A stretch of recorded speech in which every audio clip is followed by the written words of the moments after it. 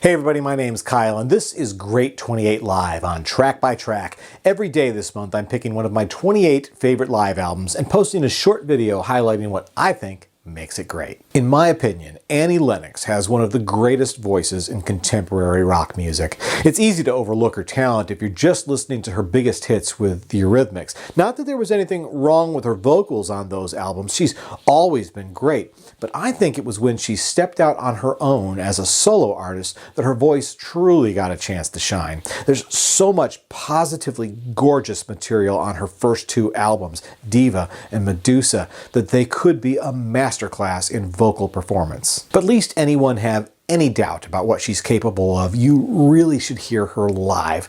Not that there's an abundance of studio trickery involved in making her sound amazing on her studio albums, but in the absence of any of that, just Annie Lennox captured live on stage, I don't know how you don't just get blown away by the sheer power of that voice. Unfortunately, we don't get many chances to hear her that way, on album or actually in person, which makes her live in Central Park release such a treasure. Right from the first song, it's clear we're hearing the voice of a diva. Annie Lennox opens with a lesser-known solo track, Money Can't Buy It, which may not seem like the obvious choice, but it actually turns out to be absolutely magical. I love how the song builds so delicately at first, and then it evolves into such a robust showcase for her voice, including her kind of rap section at the bridge. I'm sure that sounds crazy if you haven't heard it, but trust me, it's a powerful moment. But honestly, there's a lot of powerful moments on this album. I was especially impressed by the three Eurythmics songs that she performs here. Now, technically, these were her songs to begin with, but she still reinvents them to thrilling effect. Who's That Girl trades the bitter, jealousy-fueled intensity of the original for a delicate vulnerability and sorrow. It's truly moving.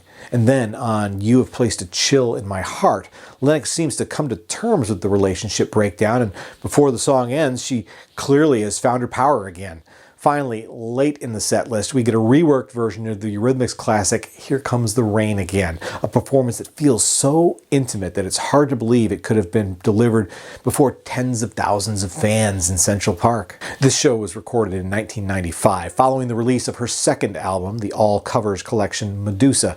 Surprisingly, none of the 8 live songs on the CD version come from that album. However, there's a DVD version available with several more performances that are well worth seeking out.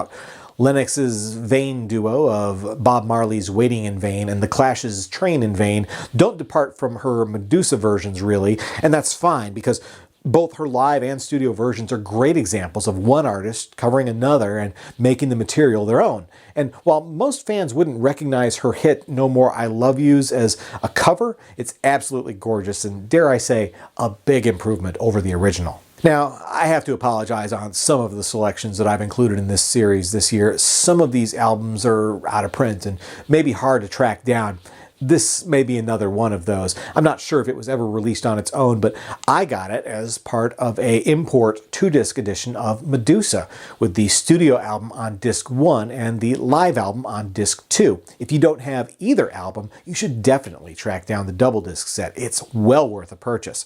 Another option would be to grab the live DVD version, which also features some additional material. Either way, you can't lose. It's a remarkable performance from one of the greatest voices of our time, Annie Lennox, live in Central Park. Today's selection for the Great 28 Live. That's it for today's episode. As always, I'll try to include Amazon ordering links in the description below if you want to add any of the music I've featured to your collection.